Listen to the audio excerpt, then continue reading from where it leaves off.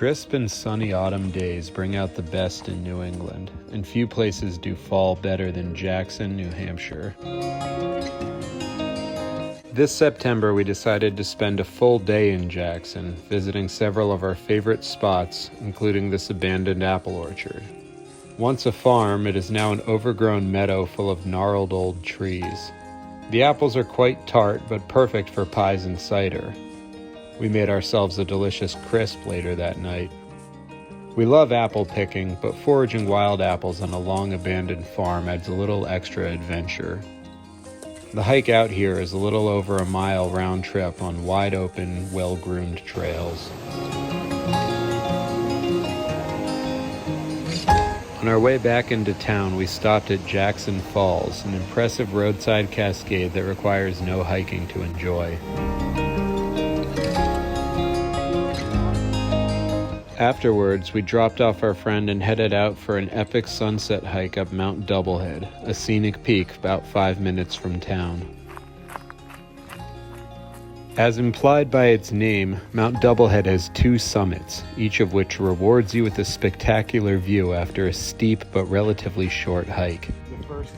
It's featured on the famous New Hampshire 52 with a View hiking list, a list compiled and curated by a club called the Over the Hill Hikers, which highlights 52 New Hampshire peaks with impressive scenery.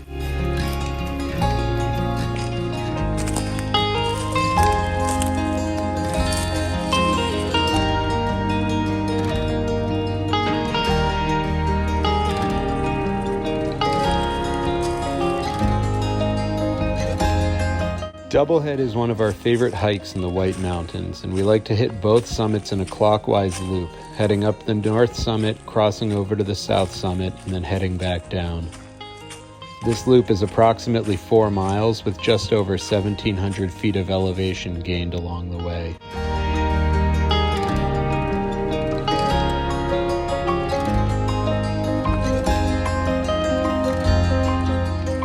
If the way up to the North Summit seems wide for a New England path, that's because it's actually a backcountry ski trail. In the winter, advanced skiers will hike up to North Doublehead and ski back down. It can be hard to picture in the warmer seasons when you're constantly stepping over and around large rocks and the forest floor is packed with dense undergrowth, but in a few months' time this slope will be blanketed in several feet of snow, allowing skiers to float over these obstacles. Backcountry skiing like this is extremely popular in New Hampshire. We have dabbled in this activity, but we have yet to ski Doublehead. Maybe this winter we will. No promises, though.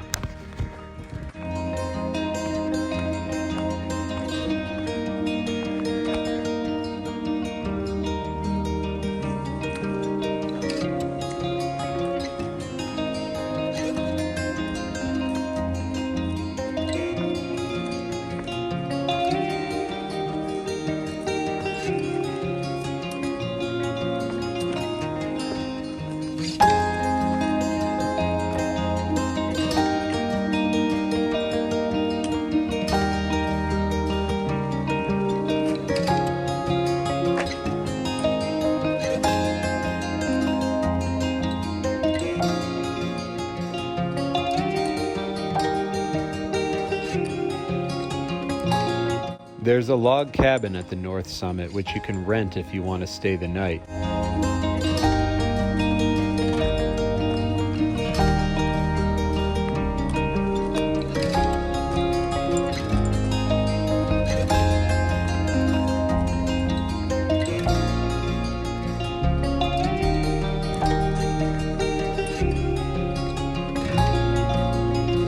A few yards behind the cabin is an opening in the trees that provides a glorious east-facing view that allows you to look out over the green hills in western Maine.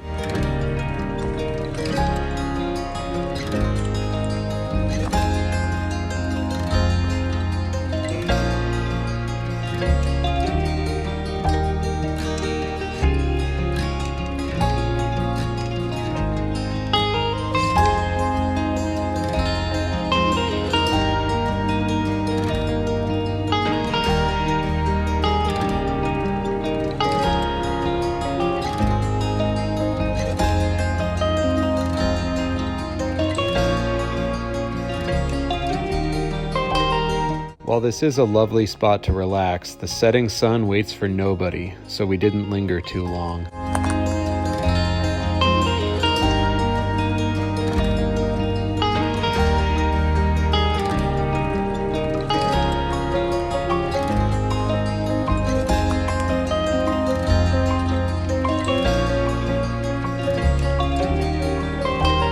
The col between the twin summits is steep and rocky, but it provided a nice change of pace after all the climbing. North Doublehead is just over 3,000 feet in elevation and south is just under, so you get just a taste of alpine taiga, the same type of hardy forest biome one might find hundreds of miles north in central Canada.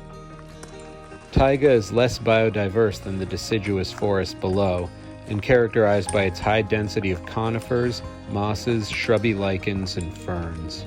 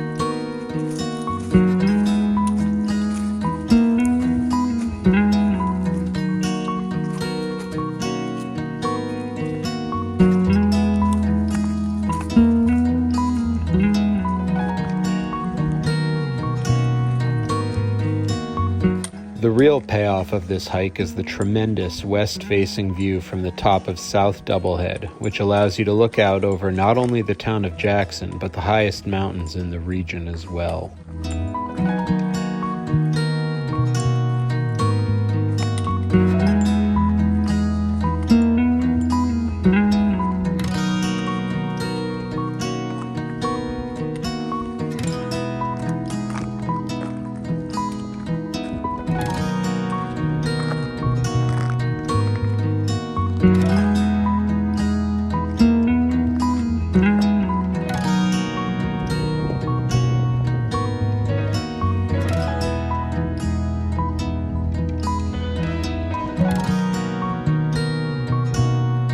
One of the neighboring peaks is Black Mountain, the oldest ski area in New Hampshire.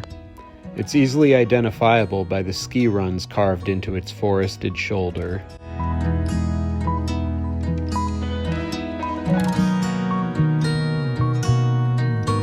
The dramatic glacial defile visible in the range to the north is Carter Notch, a mountain pass that features a memorable stretch of the Appalachian Trail, as well as one of the Appalachian Mountain Club huts.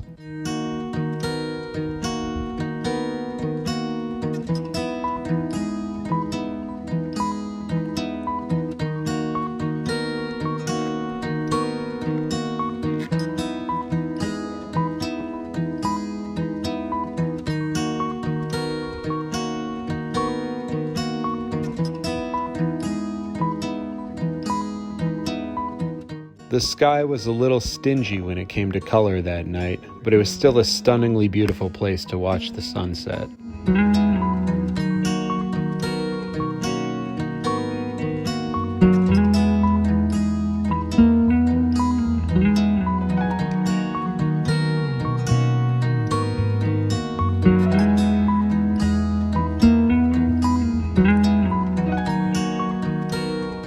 After the sun took its leave and disappeared behind the mountains, we started our hike down.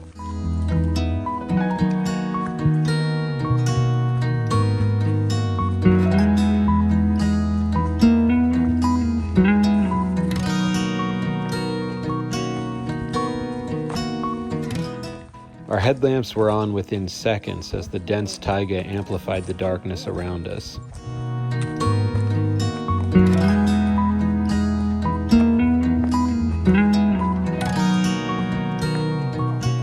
Although it requires much less of a workout than climbing, the hike down requires a lot of focus and should not be taken lightly, especially in the dark.